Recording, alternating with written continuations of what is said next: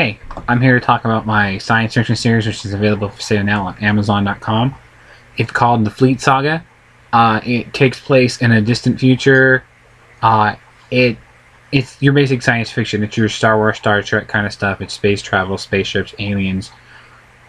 Big ongoing war. It starts in the year 2092 for the main series. It spans 20 chapters in a timeline that goes there, lasts, forget where I'm at now. I've gotten through part 18 writing.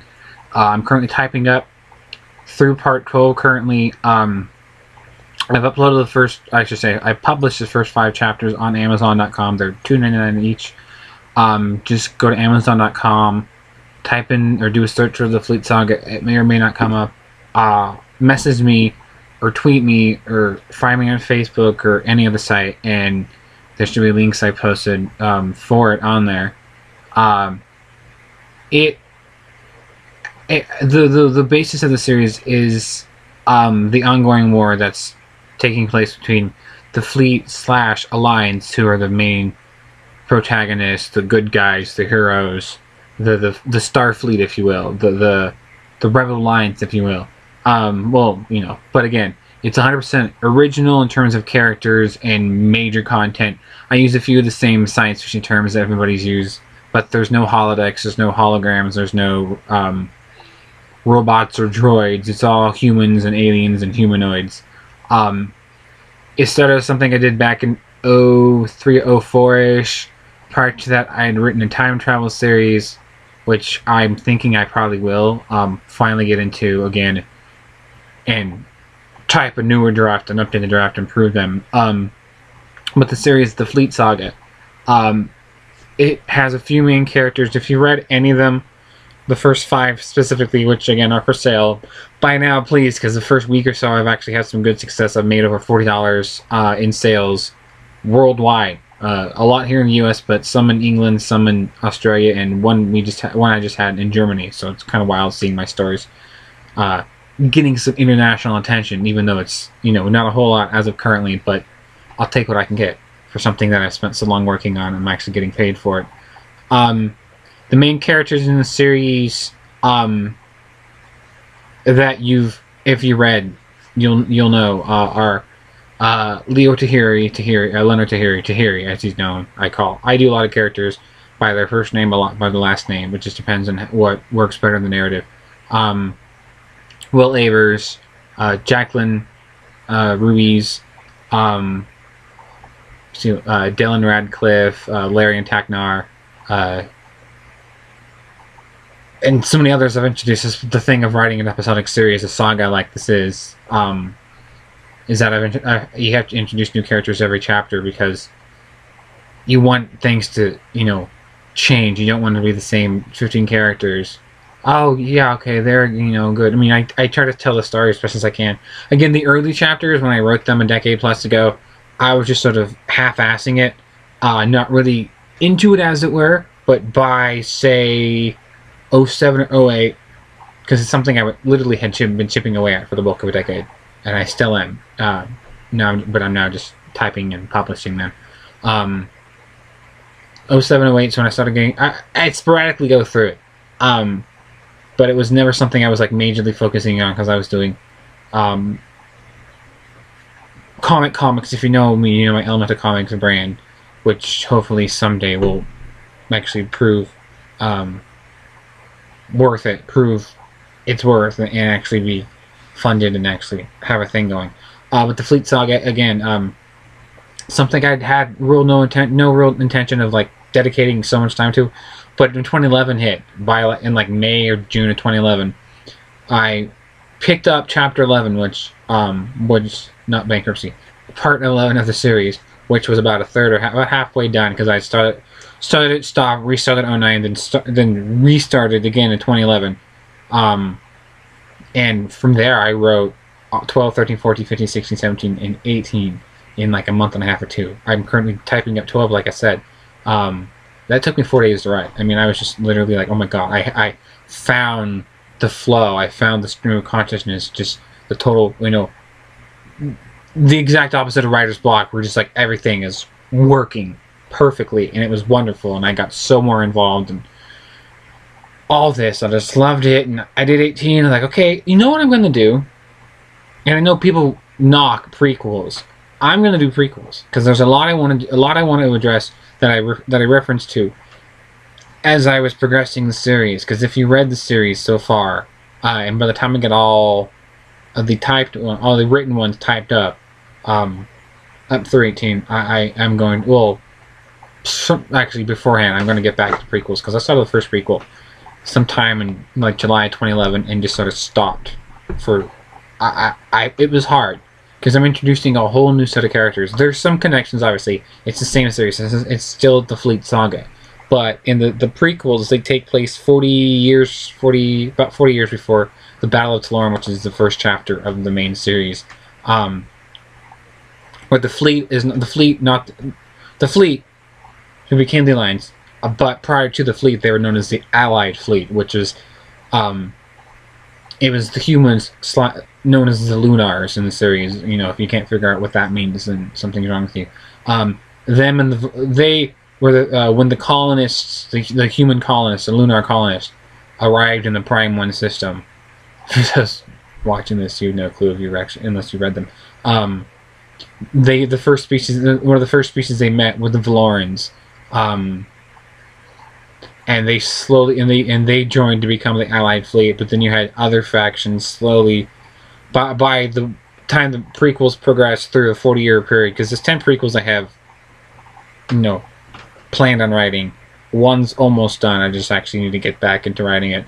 They're going to be gapped a few years apart. There'll be some that'll be, boom, same year. But like any series, you don't want to do. I'm not going to do 40 stories for each. One story for each year for a 40-year period. Timeline wise. But I'm gonna fill in things that's going to connect. You're going to see more of the known species like the Artis, the Martonians come in. The big thing about the prequels is, if you read it, I really hope you read these stories because this is a lot of work I put into it. And there's the early success is great. I know I have friends out there who are science fiction fans or who just like reading things.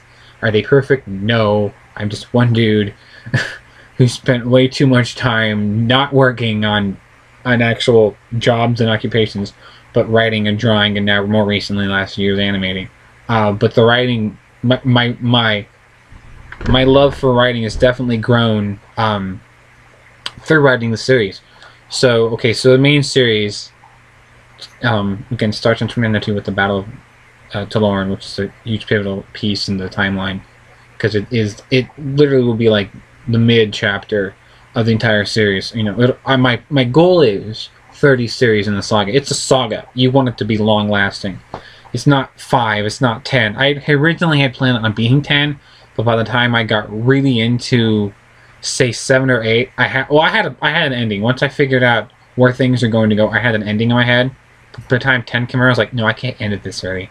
There's so many more things I want to do, and I'm glad I didn't, because there are so many more things I still want to do, and I've done a bunch of them from 11 through 18.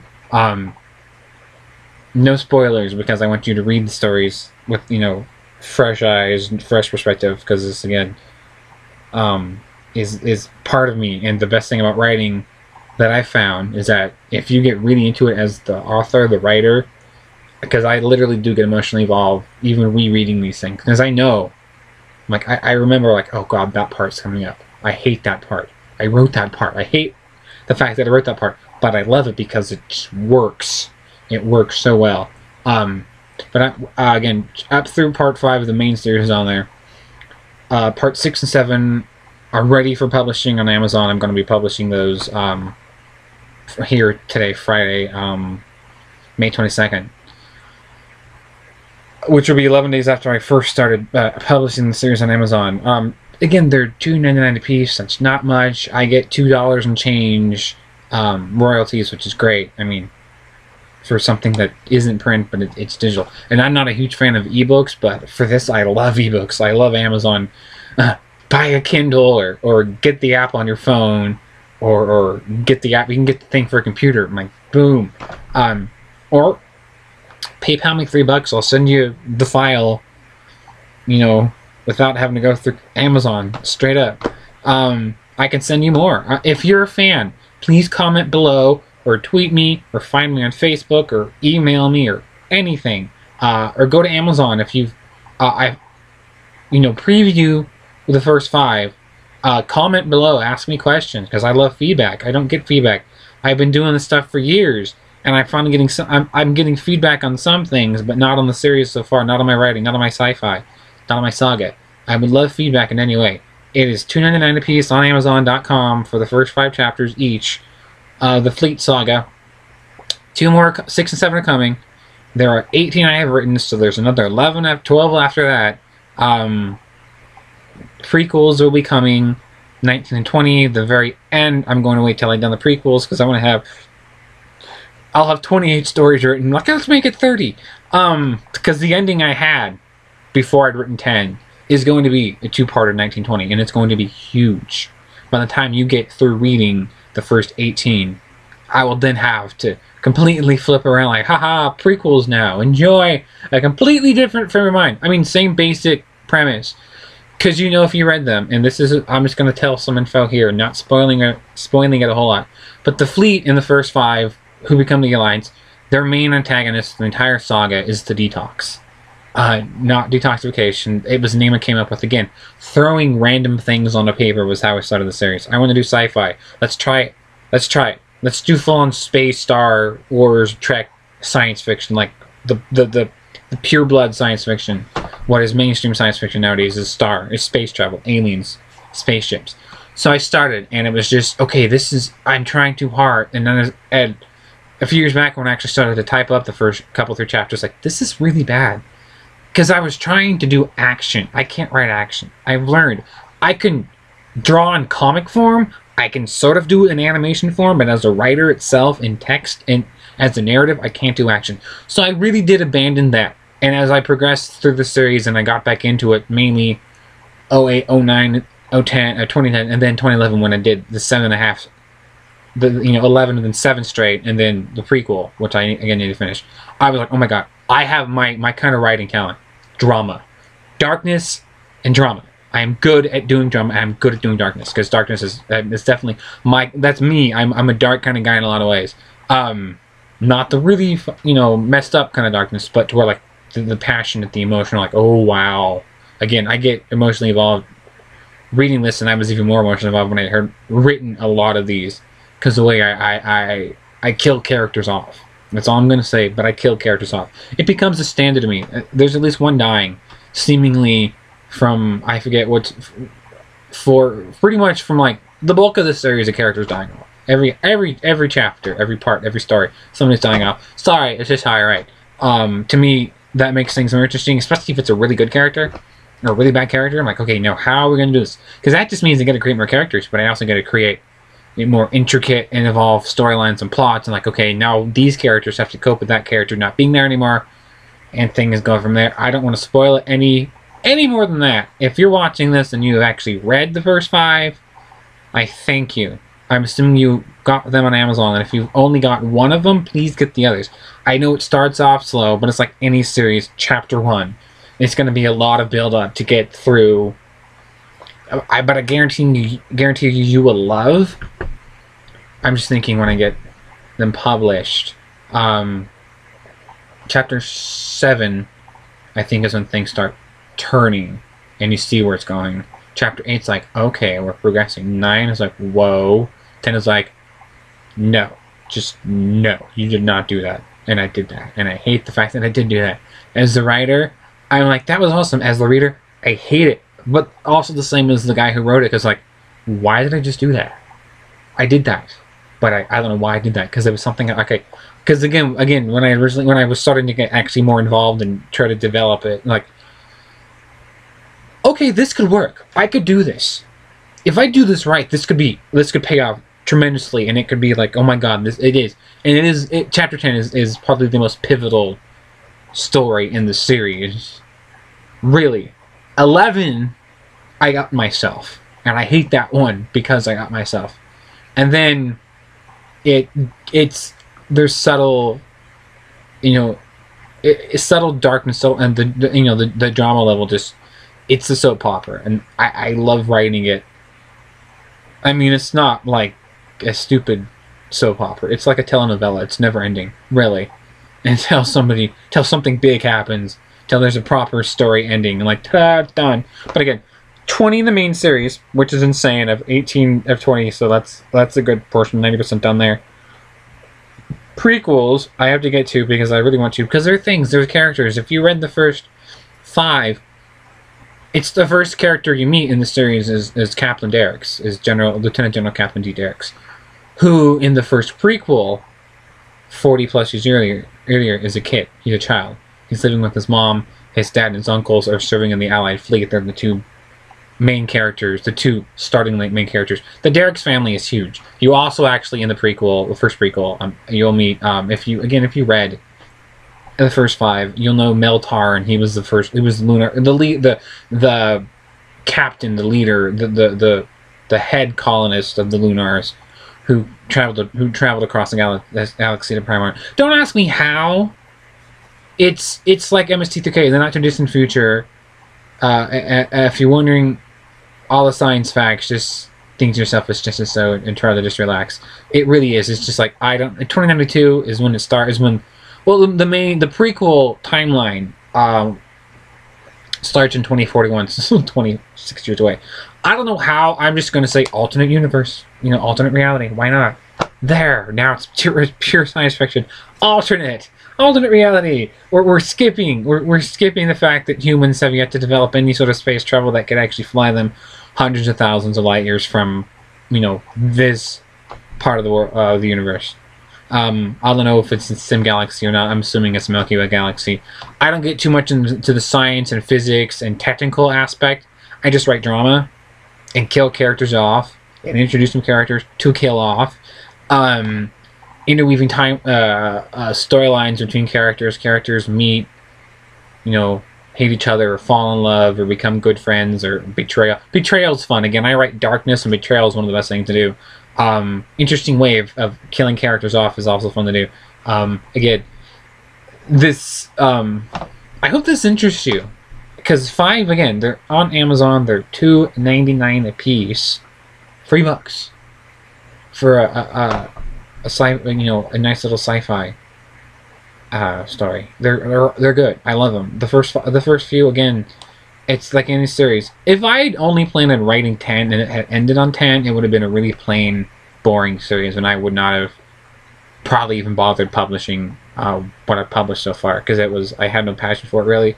And I can tell when I as I read through them all, the original drafts, the written drafts, and then as I've improved the first 12 typed up, it's an improvement, but it holds together.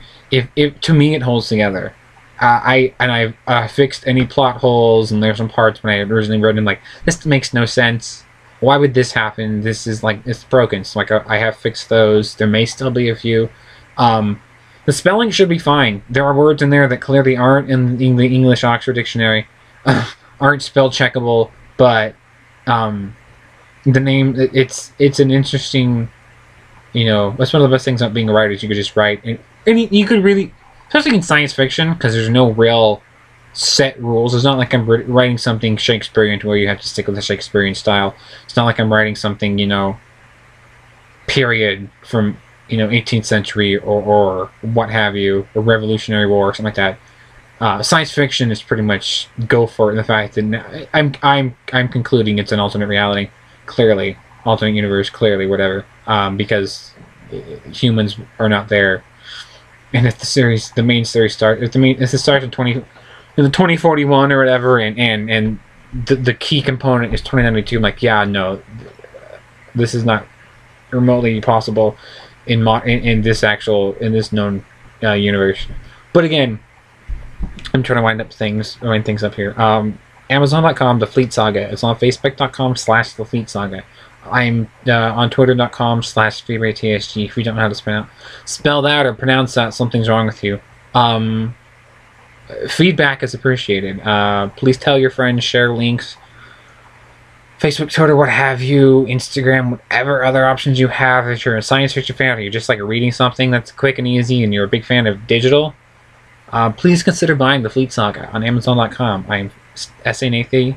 Thank you for watching, and I hope you enjoy The Fleet Saga.